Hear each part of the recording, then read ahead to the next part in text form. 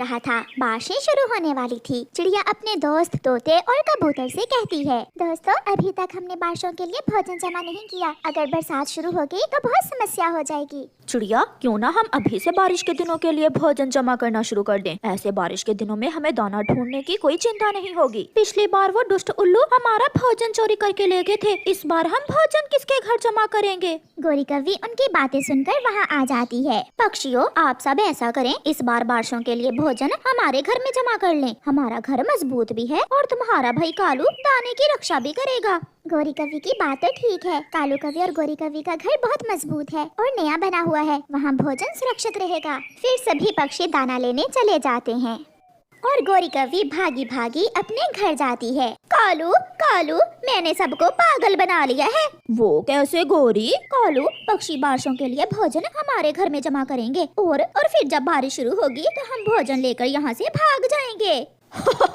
वाह रे गोरी, फिर तो हमें बारिशों की इस बार कोई चिंता नहीं होगी। चिड़िया शाम को घर आने से पहले कौवों के घर जाती है। कौवे भैया, मैं ये दाना लेकर आई हूँ। आप ये दाना बारिश के दिनों के लिए महफूज कर ले। ये एक दाना मैं अपने बेटे के लिए ले जाती हूँ। चिड़िया, तुम चिंता न करो, यहाँ तुम्हारा दाना महफूज रहेगा। फिर तोता मीठा अमरूद लेकर आ जाता है और कबूतर भी दाना जमा करवाने आता है। ऐसे दिन गुजरते गए और सभी पक्षी दिन रात थोड़ा थोड़ा दाना कौवों के घर जमा करते रहे। ऐसे कौवों के पास काफी सारा दाना जमा हो जाता है।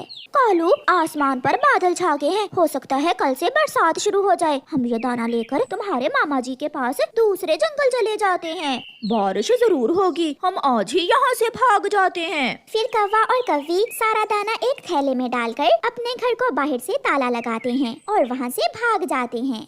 कौवे अभी थोड़ी ही दूर गए थे कि बारिश शुरू हो जाती है। कालू, ऐसी बारिश में हम दूसरे जंगल कैसे जाएंगे? गोरी, सामने इंसानों की बस्ती है। हम ये दाना किसान की पत्नी के पास रख देते हैं और फिर जब बारिश कम होगी तो कल हम किसान की पत्नी से दाना ले जाएंगे।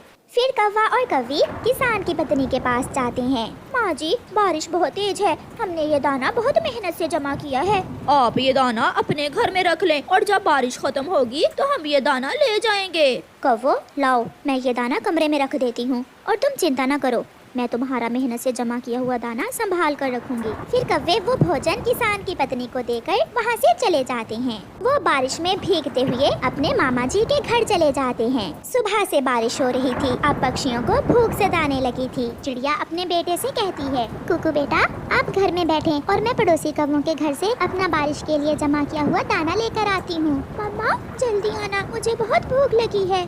फिर मम्मा चिड़िया अपने घर से निकलती है। कौवों के घर के बाहर ताला लगा हुआ था। मम्मा चिड़िया ये देखकर परेशान हो जाती है। वो दरवाजे पर दस्तक देती है मगर वहाँ कोई नहीं था। ये कौवे कहाँ चले गए? मेरा बेटा भूखा है और न जाने ये कौवे घर को ताला लगाकर कहाँ चले गए हैं। थोड़ी ही देर बाद तोता भी वहाँ आ जाता है। चिड़िया, क्या तुमने दाना ले लिया? मुझे भी बहुत भूख लगी हुई है। मैं भी अपना अमरूद लेने आया हूँ। तोते भैया, मैं तो कब से यहाँ बैठी हुई हूँ मगर ये कौवे न जाने कहाँ चले गए हैं। घर को तो ताला लगा हुआ है। क्या चिड़िया, ये तुम क्या कह रही हो? कहीं वो कौवे हमारा मेहनत से जमा किया हुआ भोजन लेकर कहीं भाग तो नहीं गए? शायद हमने उन कौवों के घर दाना जमा करके बहुत बड़ी गलती की थी। चिड़िया, अब क्या हम भूख से मरेंगे? हमें घर जाना होगा और कौवों के आने का इंतजार करना होगा। फिर तोता और चिड़िया अपने अपने घर चले जाते हैं। मम्मा, क्या आप दाना नहीं लाई? बेटा, वो कौवे ना जाने कहाँ चले गए हैं। मैं थोड़ी देर बाद फिर से जाती हूँ। थोड़ी देर बाद कुकू फिर से अपनी मम्मा से भोजन मांगता है। मम्मा, मुझे बहुत भूख लगी है। मम्मा चिड़िया फिर से दाना लेने कौवों के घर जाती है मगर वो कौवे तो अभी तक नहीं आए थे। मैं अपने बेटे की भूख मिटाने के लिए थोड़ा दाना किसान की पत्नी से ले आती हूँ। शायद कल तक कौवे लौट कर आ जाएं। चिड़िया किसान की पत्नी के पास जाती है। मामा जी, जैसे ही बारिश थोड़ी कम होगी हम वो दाना यहाँ ले आएंगे और फिर हम सब मिलकर वो दाना मजे मजे से खाएंगे। गोरी, क्या उस थैले में कोई फल भी है? हाँ हाँ मामा जी, मीठे मीठे अमरूद भी हैं उस थैले में। चिड़िया भी किसान की पत्नी के पास पहुंच जाती है। माँ जी, मेरा बेटा बहुत भूखा है, प्लीज मुझे थोड़ा सा दाना दे दें। चिड़िया, इस बार कौवों ने इतना सारा दाना जमा कर लिया, क्या इस बार तुमने मेहनत नहीं की थी? नहीं नहीं माँ जी, कौवों के घर में दाना हमने ही जमा किया था। मगर वो कौवे तो मुझे एक बड़ा थैला भोजन का दे कर गए हैं। वो कह कर गए हैं कि बारिश कम होगी तो वो कल ये थैला ले जाएंगे। माँ जी, मगर वो दाना हमारा है, वो कौवे झूठ बोल रहे हैं। अगर ऐसा है तो वो भोजन तुम्हें ही मिलेगा। तुम चिंता न करो, तुम ये दाना ले जाओ और अपने बेटे का पेट भरो और कल आ जाना, मैं देखती हूँ उन दुष्ट कौवों को। फिर चिड़िया अपने बेटे के लिए दाना लेकर वहाँ से चली जाती है। वो माँ बेटा दाना खाकर सो जाते हैं। सारी रात बारिश होती है और फिर सुबह हो जाती है। अब बारिश भी रुक गई थी। चिड़िया जल्दी से अपने घर से निकलती है। कालू कालू उठो, जल्दी से उठो, हम किसान की पत्नी से भोजन वाला थैला ले आते हैं। हाँ गौरी जल्दी चलो, मुझे तो बहुत भूख लगी है, तुम जल्दी आना। फिर कौवा और कौवी जल्दी जल्दी किसान की पत्नी के घर की तरफ जाते हैं। कौवो जाओ अंदर जाकर अपना थैला उठा लो। जैसे ही कौवे घर के अंदर जाते हैं, किसान की पत्नी बाहर से दरवाजा बंद कर देती है। माँ जी आपने दरवाजा क्यों बंद कर दिया है? चिड़िया आने ही वाली होगी, बाकी की बात वही बताएगी। चिड़िया भी वहाँ आ जाती है। तो कालू और गोरी पकड़े ही गए तुम। हमारी मेहनत की कमाई लेकर तुम कहाँ जा सकते हो? चिड़िया, मेरे घर की छत टूट गई थी, इसलिए हम ये भोजन से भरा हुआ थैला यहाँ किसान की पत्नी के पास रख गए थे। माँ जी प्लीज आप हमें यहाँ से बाहर निकालें और ये चिड़िया का भोजन से भरा हुआ थैला चिड़िया को दे दें। कौवो तुम कभी नहीं सुधरोगे। फिर किसान की पत्नी वो भोजन का थैला चिड़िया को दे देती है और कौवों को छोड़ देती है। कौवे बहुत शर्मिंदा थे क्योंकि वो पकड़े गए थे। वो वहाँ से भाग जाते हैं और चिड़िया अपने घर चली जाती है। फिर चिड़िया तोते और कबूतर को उनके हिस्से का दाना दे देती है और उन दुष्ट कौवों की सारी बात बताती है। प्यारे दोस्तों, इस कहानी को लाइक करना बिल्कुल मत भूलना। आपका धन्यवाद। चिड़ियाओं का वो परिवार अपने घर में बहुत खुशी की जिंदगी गुजार रहा था। मम्मा चिड़िया, पापा चिड़िया और उनकी एक बेटी गुड़िया हमेशा साथ साथ रहते थे। उनके घर के पास ही एक पेड़ था जिस पर मीठे मीठे अमरूद लगा करते थे। वो हर रोज जी भर के मीठे अमरूद खाते और जब उनका दाना खाने को मन करता तो घने जंगल में चले जाते। मम्मा पापा, क्या हम हमेशा एक साथ ही रहेंगे? हाँ, मगर जब मेरी बेटी बड़ी हो जाएगी तो फिर मैं अपनी बेटी की शादी कर दूंगी। पापा मम्मा से कहें ऐसी बात ना किया करें, मैं नहीं करवाऊंगी शादी, मैं तो हमेशा आपके साथ ही रहूंगी। उनके पड़ोस में कौवों का एक जोड़ा रहता था जो बहुत बुरे कौवे थे। वो हर समय चिड़ियों के उस परिवार को देखकर जलते रहते।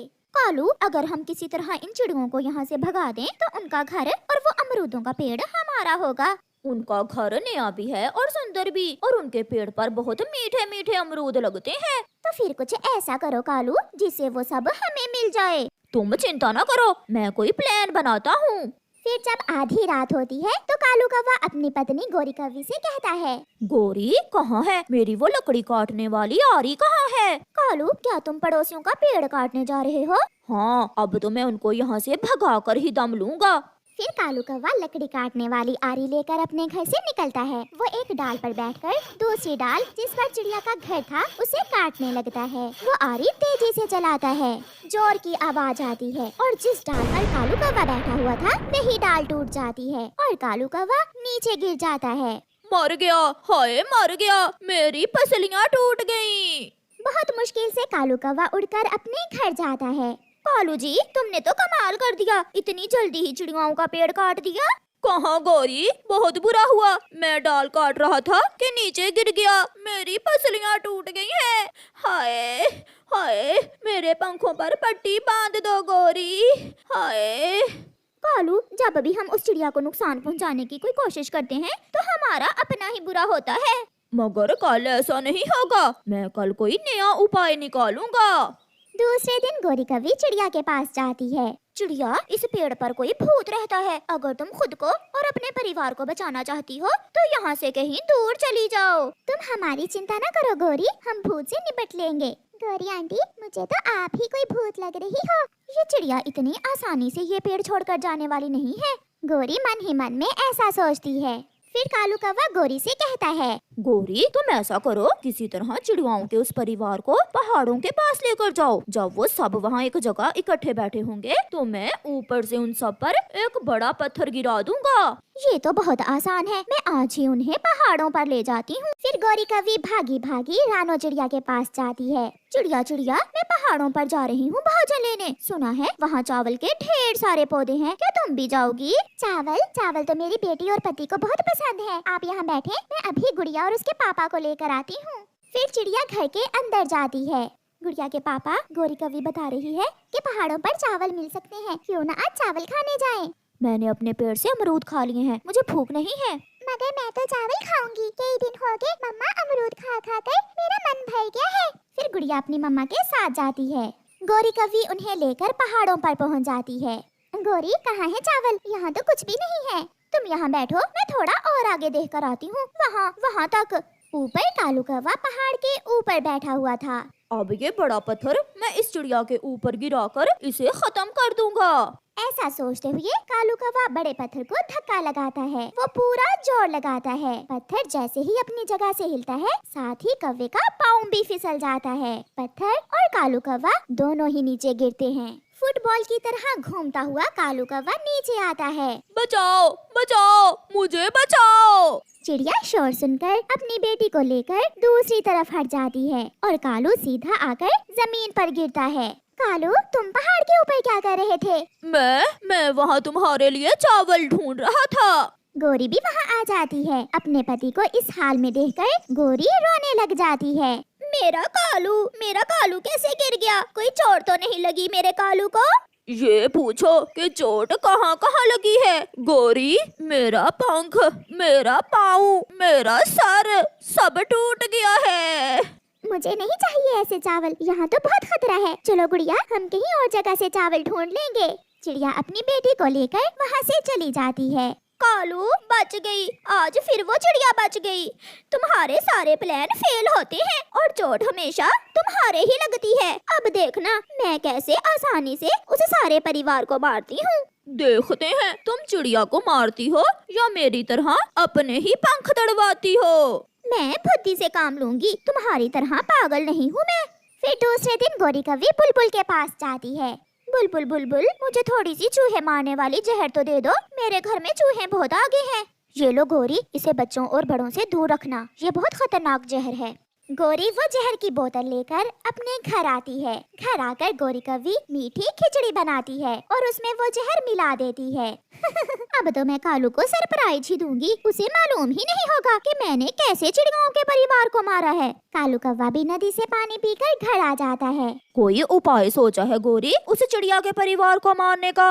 ये तो मैं तुम्हें सरप्राइज दूंगी। तुम ऐसा करो, जाओ ये मीठी खिचड़ी चिड़िया के घर दे आओ। वो क्यों गोरी?